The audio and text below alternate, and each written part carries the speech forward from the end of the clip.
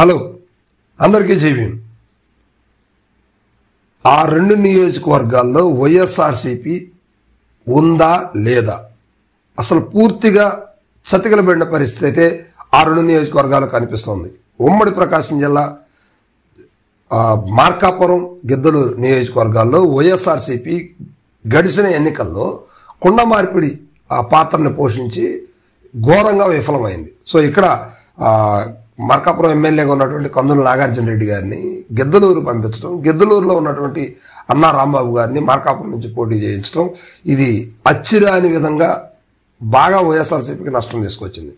So అంతేకాదు ఆ తర్వాత కూడా యాక్టివిటీ అనేది ఏమీ లేకుండా వైఎస్ఆర్సీపీ పూర్తిగా చతికిలబడిన పరిస్థితి కనిపిస్తూ ఉంది. అక్కడ పార్టీ క్యాడర్ కూడా పూర్తి స్థాయిలో దెబ్బతినే విధంగా తెలిసిపోతా ఉంది. సో ఇప్పుడు ఆ గతంలో వారిద్దరి మీద ఉన్నటువంటి వ్యతిరేకత అనవచ్చు, లేదా వారు అంటే అధికారంలో ఉన్నప్పుడు వారి ఇష్టానుసారంగా అక్రమాలకు కానీ అన్యాయాలకు కానీ పాల్పడి ఉండవచ్చు.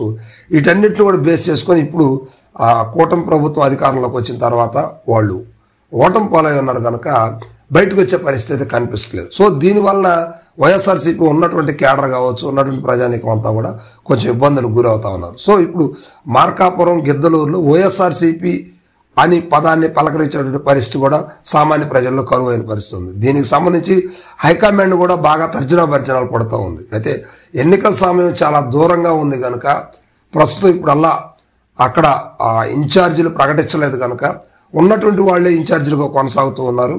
అయితే అక్కడ జరుగుతున్నటువంటి వైఎస్ఆర్సీపీ కార్యకర్తల మీద దాడులు అనవచ్చు, లేదా పార్టీలో ఉన్నటువంటి అంతర్మదనం కావచ్చు, వీటన్నిటికి సంబంధించి కూడా ఉన్నటువంటి నాయకత్వం సరిగా పట్టించుకునే పరిస్థితి కనిపిస్తూ ఉంది.